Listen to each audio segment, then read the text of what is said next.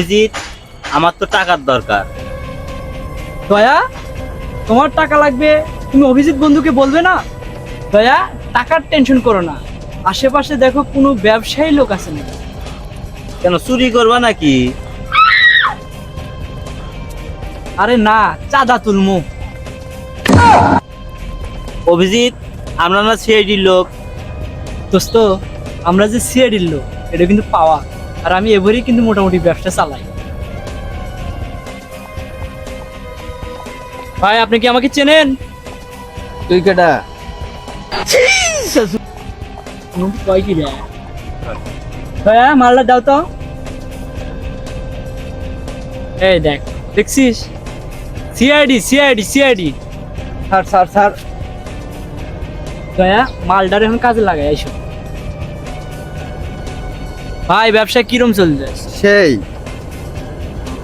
শুনলাম আমাদের কাছে রিপোর্ট আছে আপনাকে আজকে রাতেই কেউ মেরে ফেলতে চায়। হ্যাঁ ভাই, কে মারবে?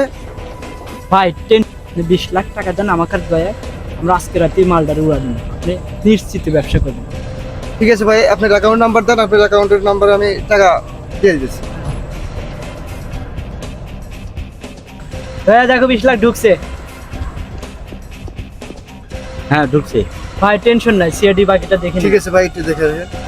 তোমার 10 টাকা আমার। 10 লাখ তোমার, 10 লাখ আমার, 10 মিনিটের মধ্যে কত? 10 লাখ 10 লাখ, এটি সিআইডির পাওয়ার। এসিবি স্যার, দয়া তো আমার থেকে 20 লাখ টাকা নিয়ে চলে গেছে, একটু ফোনটা ভালো মতো করেন, আমার কাছে যেন চান্দার নাকি না আসে। হ্যাঁ, 20 লাখ? কিসের 20 লাখ? ও আচ্ছা, আমি বিষয়টা দেখতেছি। ডিক্স, দয়াকে ফোন করো, দয়া আমার কাছে আসুক। দয়া স্যার, আপনি অভিযোগ ছাড়া নিয়ে চলে আসেন। আচ্ছা আচ্ছা। অভিজিৎ, কাম তো খাম হয়ে গেছে। এসিবি স্যারের কাছে মনে হয় খবরটা চলে গেছে, তাড়াতাড়ি চলো। দয়া, প্যারা নিও না, চলো, আমি তো আসছি। দয়া, তুমি আমাকে বলো কিসের 20 লাখ টাকা?